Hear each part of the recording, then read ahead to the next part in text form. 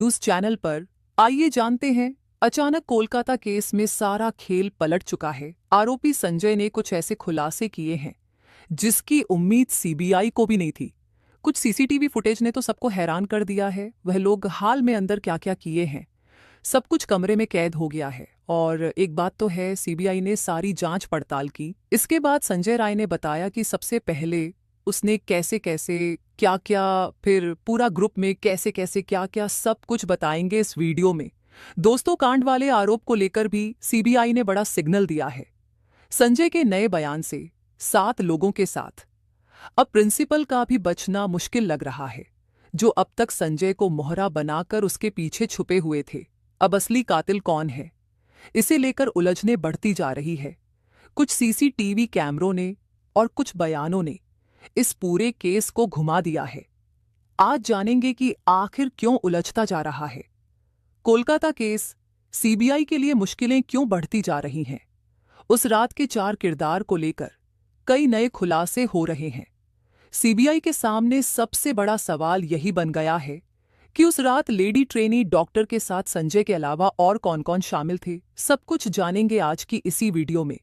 लेकिन आगे बढ़ने से पहले वीडियो को एक लाइक अवश्य कर दें और कमेंट में जय श्री राम अवश्य लिखें। साथ ही चैनल को सब्सक्राइब भी जरूर कर दें। दोस्तों, आपके लिए लाइक सब्सक्राइब करना 1 सेकंड का काम है, लेकिन इससे हमारी काफी मदद होती है। तो आप लोग जल्दी से चैनल को सब्सक्राइब कर लीजिए। और हाँ, अगर आप भारत माता से, अपनी धरती माता से सच्चा स्नेह रखते हैं तो कमेंट में धरती माँ की जय जय हिंद, जय भारत, वंदे मातरम अवश्य लिखें। अब तक उम्मीद की जा रही थी कि सीबीआई ने इस केस को सॉल्व कर लिया है, लेकिन तभी संजय ने कुछ ऐसे बयान दिए हैं और कुछ ऐसे फुटेज सामने आए हैं जिसे लेकर पूरे केस ने ही यू टर्न मार दी है। अब मेरी बात जरा ध्यान से सुनिए। 8 अगस्त की रात को ट्रेनी महिला डॉक्टर अस्पताल के सेमिनार हॉल में सो रही थी। सुबह तड़के 4:03 पर संजय रॉय को सेमिनार हॉल में घुसते हुए देखा गया। वह अपनी बाइक से कबीर सिंह स्टाइल में बेहद तेज रफ्तार में अस्पताल पहुंचा था। फिर उसे 4:32 पर सेमिनार हॉल से बाहर आते देखा गया और अगले 5 मिनट में वह अस्पताल परिसर से बाहर चला गया।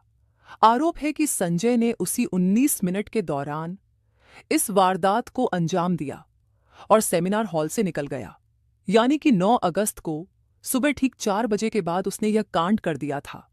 यह घटना 9 अगस्त को पुलिस के सामने आई, जब 31 साल की ट्रेनी महिला डॉक्टर का कपड़े खुला शव आरजी कर मेडिकल कॉलेज अस्पताल की तीसरी मंजिल पर स्थित सेमिनार हॉल में मिला।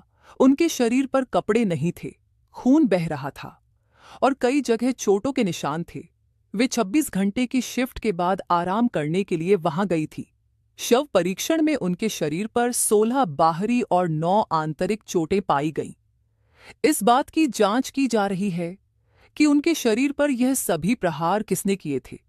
सीसीटीवी फुटेज में दिखा कि संजय रॉय 8 अगस्त को अस्पताल के चेस्ट डिपार्टमेंट में पीड़ित डॉक्टर और अन्य लोगों को घूरते हुए देखा गया था। उस समय उसकी नीयत काफी बिगड़ी हुई थी। लेकिन अब जान लीजिए सबसे चौंकाने वाली बात। संजय रॉय, जिसे 31 साल की ट्रेनी डॉक्टर के कांड और हत्या के आरोप में जेल में रखा गया है, उसने जेल के सुरक्षा कर्मियों से कहा कि उसे इस मामले के बारे में कुछ भी नहीं पता। शुक्रवार को उसने सियालदाह में न्यायिक मजिस्ट्रेट की अदालत में भी यही बात दोहराई। उसने जज से कहा कि उसने अपनी बेगुनाही साबित करने के लिए पॉलीग्राफ टेस्ट की सहमति दी थी और उसे इस मामले के बारे में कोई जानकारी नहीं है। लेकिन हैरान करने वाली बात यह है कि कोलकाता पुलिस के अनुसार संजय रॉय ने पहले कबूल किया था कि उसने आरजी कर मेडिकल कॉलेज और अस्पताल के सेमिनार हॉल में उस ट्रेनी डॉक्टर के साथ कांड और हत्या की थी। माना जा रहा है कि ममता दीदी के कोलकाता पुलिस ने संजय से सच उगलवाने के लिए अप्लाई किए थे, जिसके बाद उसने अपना जुर्म कबूल कर लिया था। लेकिन अब पॉलीग्राफ टेस्ट से पहले संजय ने अपने इस कबूलनामे से पलटते हुए दावा किया है कि उसे फंसाया जा रहा है और वह निर्दोष है। यानी असली कातिल कोई और है, जिसमें कॉलेज के प्रिंसिपल का नाम बार बार सामने आ रहा है। और इसी कारण बताया जा रहा है कि इस पूरे कांड में 7 लोग शामिल हैं। वहीं मामले की जांच कर रही सीबीआई और पुलिस ने संजय के बयानों में कई विसंगतियां पाई हैं। एक अधिकारी ने बताया कि संजय जांचकर्ताओं को गुमराह करने की कोशिश कर रहा है। वह अपने चेहरे, पीठ और जांघ पर लगी चोटों और अपराध के समय इमारत में अपनी सीसीटीवी मौजूदगी के बारे में कोई स्पष्ट जवाब नहीं दे सका है। इस वक्त संजय जेल में मौजूद है और उसकी निगरानी के लिए सेल के बाहर सीसीटीवी कैमरे लगाए गए हैं। अभी उस पर किसी भी प्रकार के हमले ना हो सके और ना ही वह आत्महत्या करने में सफल हो सके। पिछले सप्ताह संजय की मनोविश्लेषणात्मक प्रोफाइलिंग में पाया गया कि वह एक विकृत व्यक्ति है और पोर्नोग्राफी का बहुत बड़ा आदी है। इसे देखते हुए देश भर में पोर्न देखने वाले लोगों को सतर्क हो जाना चाहिए। सीबीआई के एक अधिकारी ने कहा कि उसके अंदर जानवर जैसी प्रवृत्ति है और उसने अपराध के लिए कोई पछतावा नहीं दिखाया है, यानी कि एक पूर्ण आदमी को जानवर बना सकता है। संजय ने अचानक एक बयान देकर सीबीआई अधिकारियों को हिला डाला है। अब संजय बार बार कह रहा है कि उसने महिला को नहीं मारा, जिसके बाद यह भी सवाल उठ रहा है कि क्या उसने केवल काम किया और चला गया। अगर वह हैवानियत करके चला गया तो फिर महिला के साथ और क्या क्या हुआ और उसे किसने मारा? क्या इससे उन 7 लोगों और प्रिंसिपल का कोई संबंध है? संजय रॉय की वकील कविता सरकार ने कहा कि संजय अब पूरी तरह से जांच में सहयोग करना चाहता है और सच को सामने लाने के लिए पॉलीग्राफ टेस्ट के लिए तैयार है, यानी कि इस केस में अब बाकी आरोपी भी बच नहीं पाएंगे। वकील कविता ने आगे बताया कि जब संजय से पॉलीग्राफ टेस्ट के लिए सहमति ली गई थी तब वह खुद वहां मौजूद थी और उन्होंने संजय को समझाया कि यह टेस्ट क्या होता है। संजय ने तब सहमति दी और कहा कि वह मानसिक रूप से बहुत दबाव में है क्योंकि उस पर झूठे आरोप लगाए गए हैं। वह चाहता है कि सच्चाई सामने आए। संजय के इस बयान ने पूरे कोलकाता कैसे को पलट कर रख दिया है, क्योंकि अब तक जिस संजय को मोहरा बनाया जा रहा था, अब वह मुंह खोलने को धीरे धीरे तैयार हो रहा है। जल्द ही रिनोवेशन साइट से जुड़े कई खुलासे होने वाले हैं। हालांकि इस मामले में एक बड़ा ट्विस्ट तब पाया जब सीबीआई ने सबूतों के आधार पर दावा किया कि संजय ही असली आरोपी है। सीबीआई ने अस्पताल की सीसीटीवी फुटेज और अन्य वैज्ञानिक सबूतों का हवाला देते हुए बताया कि 8 और 9 अगस्त को संजय को कई बार अस्पताल के अंदर और बाहर आते जाते देखा गया था। सीबीआई का दावा है कि संजय ने 9 अगस्त की रात को लेडी डॉक्टर के साथ इस जघन्य अपराध को अंजाम दिया, लेकिन इसके बावजूद अभी भी कई एंगल बाकी हैं जिसकी जांच होनी बाकी है। माना जा रहा है कि शुरुआत में कोलकाता पुलिस ने जिस प्रकार केस को हैंडल किया था उससे साफ हो जाता है कि संजय ही आरोपी था, लेकिन जानकारों का मानना है कि बहुत कुछ छुपाया जा रहा है।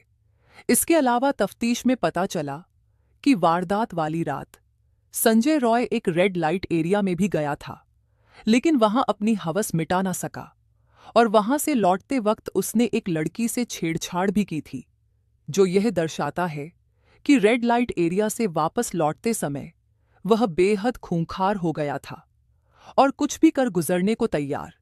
इस केस में सीबीआई लगातार आर्जी कर मेडिकल कॉलेज के पूर्व प्रिंसिपल संदीप घोष से पूछताछ कर रही है, क्योंकि उन पर शक है कि वह संजय रॉय को बचाने की कोशिश कर रहे थे। संजय को संदीप का बाउंसर कहा जा रहा है, जो उनके इशारे पर काम करता था।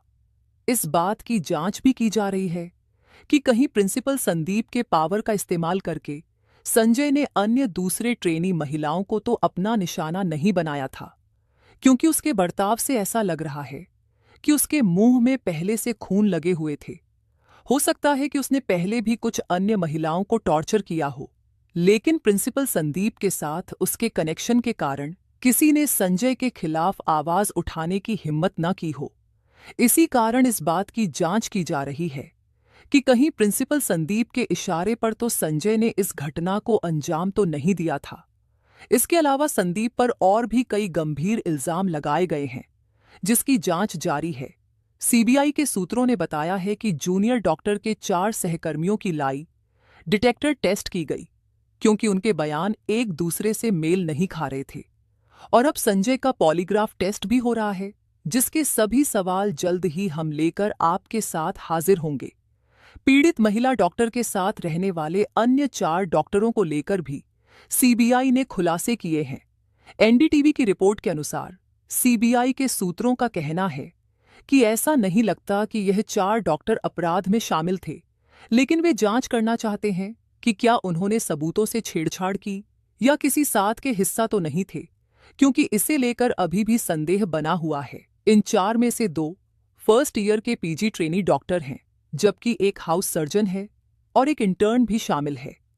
कोलकाता पुलिस के अनुसार इन 4 में से एक डॉक्टर ने अगले दिन यानी 9 अगस्त को सुबह 9:30 बजे सेमिनार हॉल में पीड़िता का शव देखा और फिर अधिकारियों को सूचना दी।